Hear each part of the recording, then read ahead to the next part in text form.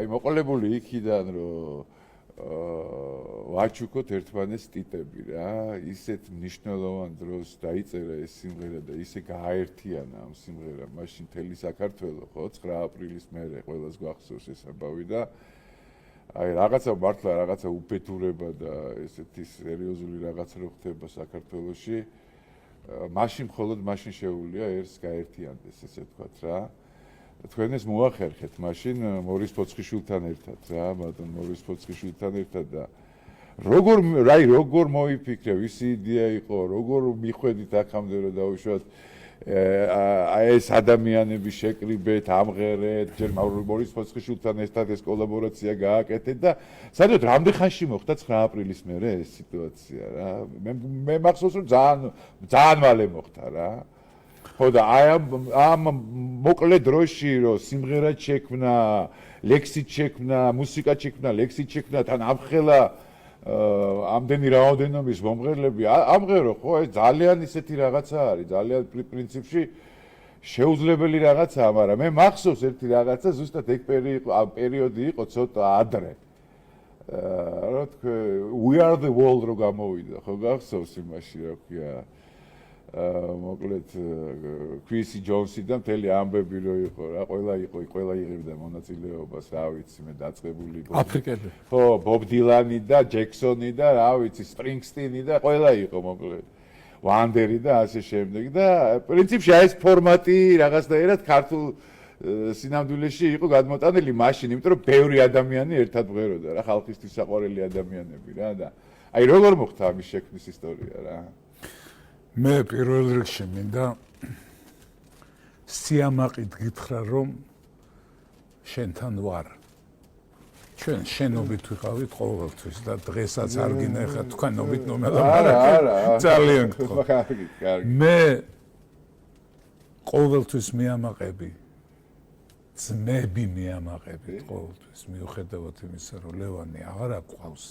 მაგრამ აი ესე მე მინდა უთხრა ტელემაყურებლებს რომ შენ ხარ შეიძლება გამონაკლისი და ან შეიძლება შენაირი ბევრი არ გყავდეს ხელოვნების ყველა სფეროში რომ ძალიან მაგარი ხარ მერიდება ეხლა ძალიან არა რისი გერიდება მე ვამბობ იმას რასაც შენზე შეიძლება სხვა მართვას მაგრამ მე გულწრფელი კაცი ვარ, მე ვარ ის ადამიანი, რომელსაც ნიჭიერებას ვაფასებ და მიყვარს ნიჭიერი ადამიანი.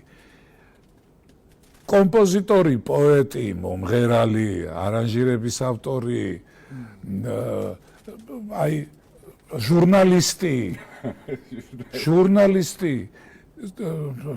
ტელეჟურნალისტი, რადიოჟურნალისტი, ბიზნესმენი და პლუს დღეს დაამტკიცე კიდევ ერთხელ რომ ხარ განუმეორებელი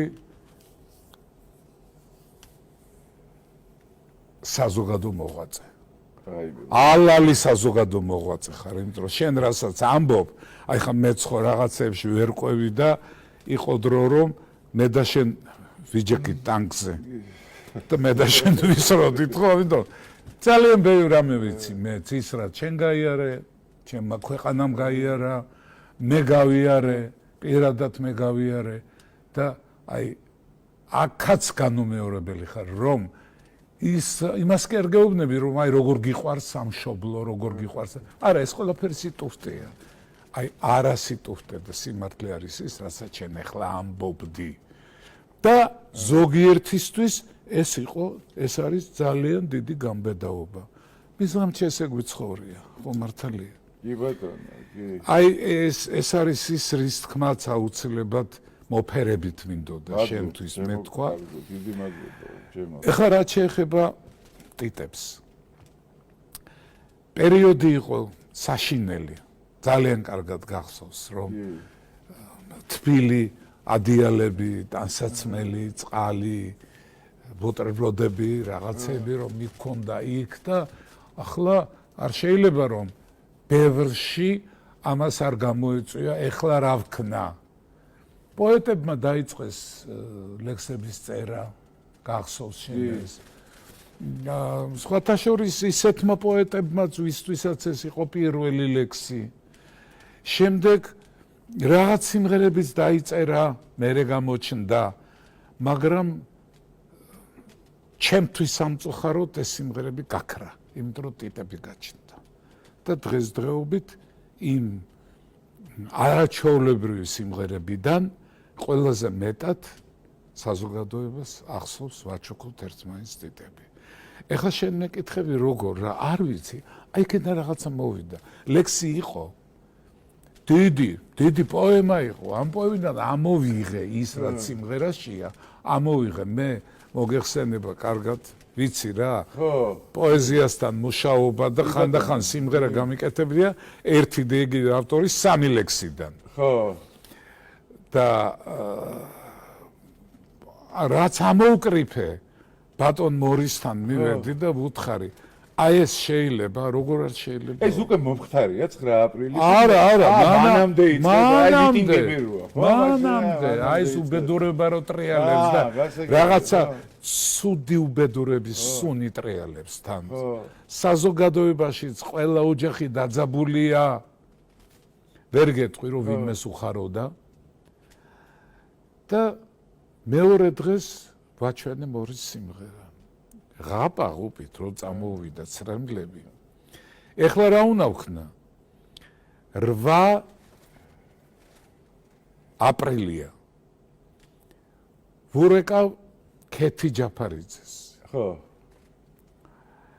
ვურეკავ ნანის ვურეკავ ბუბას მოდით რა გეხვეწებით დროზე მოდით ეხლა ჩემი ბინა იცოდნენ ყველაფერი მოვარდნენ მოვასმენინე ჯემალჯან სასტრაფოდ უნდა ჩავწეროთ ბუბა ეხლა რაღაცა დაიწყო ისა კომენდანტის საათი აი არის დარდოთ მეთქი აგერ დიდი ვინა მაქვს და დაქტოვებთ ორივესა და კომენდანტის საათის დროს ხდება ეს ამბები კი და უცებისა მეორე დღეს ქეთი ჯაფარიძე ზურა ლოლაძე ბასკო ლოლაძე ჯუმბერ ბერაძე აიღეს ტელეფონი და რეკავენ სულ ყველგან რეკავენ მე ამასობაში და არანჟირებაში ვეხმარები ჩემ მეგობარს ჭადის სახელი რომ დავიწყდება ხო იცი როგორ არის ხო და საღამოს უკვე ჩემთან არიან სახლში თან არიციან რატო არიან ეთერი კაკულიას შეხვდა ნიკო ჯადუგიშვილი ლიფტში მე-16-ზე ვცხოვრობდი გახსოვს შენ და ჯერმალის ამ მიდიხარ კი რატო მიდიხარ ალბათ ჩვენთვის რაღაცა დუეტი აქვს დაწერილიო ჭაღარა დუეტი ქონდათ მაგრამ ძალიან პოპულარული ნუ აი ესე მოხდა გაივსო ჩემი ბინა ამ ხალხით არანჟირება თითქმის მთლიანად მზად არის დავიწყეთ რეპეტიციები, მაგრამ ეს რეპეტიციები გადაღებულიც არის YouTube-ზე ძდებს რაღაცა და მაგრამ აი ყველა მღერის ისე რომ აი ცრემლი აქედან მოვსდით. სად იყო ეს მელოდია რო იყო იქ იყო ჩაწერა? მელოდიაში. ჯუმბერ ბერაძემ გააკეთა მელოდია, განთავისუფლა ყველაფრისგან. ხო. სხვათა შორის მელოდია იყო საუკეთესო სტუდია ევროპაში. რა თქმა უნდა, ძალიან მაგარი სტუდია. ევროპაში და ძალიან მაგარი დირექტორი ყავდა ჯუმბერ ბერაძე. კაროჩე, ყველა გაყარა პატივისცემით და სიყვარულით. მიედი ჩვენ. ჩავწერეთ. თათარე ჯანო ბაგრატიონები რას ლაპარაკო ჯანო გვერდწითელი მაშინ და ეს ეკა თამრიკოს და ამის ტრიო მაია ჯაბუას მოკლედ მერაბი და ყველა იქ იყარი რა ვინც არის ეკა კვალიაშვილი და რა ვიცი ყველა და ამასთან ერთად აი ამ ჩაწერებში რაღაცები იცვლებოდა ჯანოს უნდა იმღერა ოსისთხო რა უცებ წყალბები. ჯანო, ვიცი რაც გაქვს. ქალიშვილი გაეპარა. ხო. წინაღამეს. და კაცი გიჟს გავდა. ჯანო, სისხლო, მედი რა.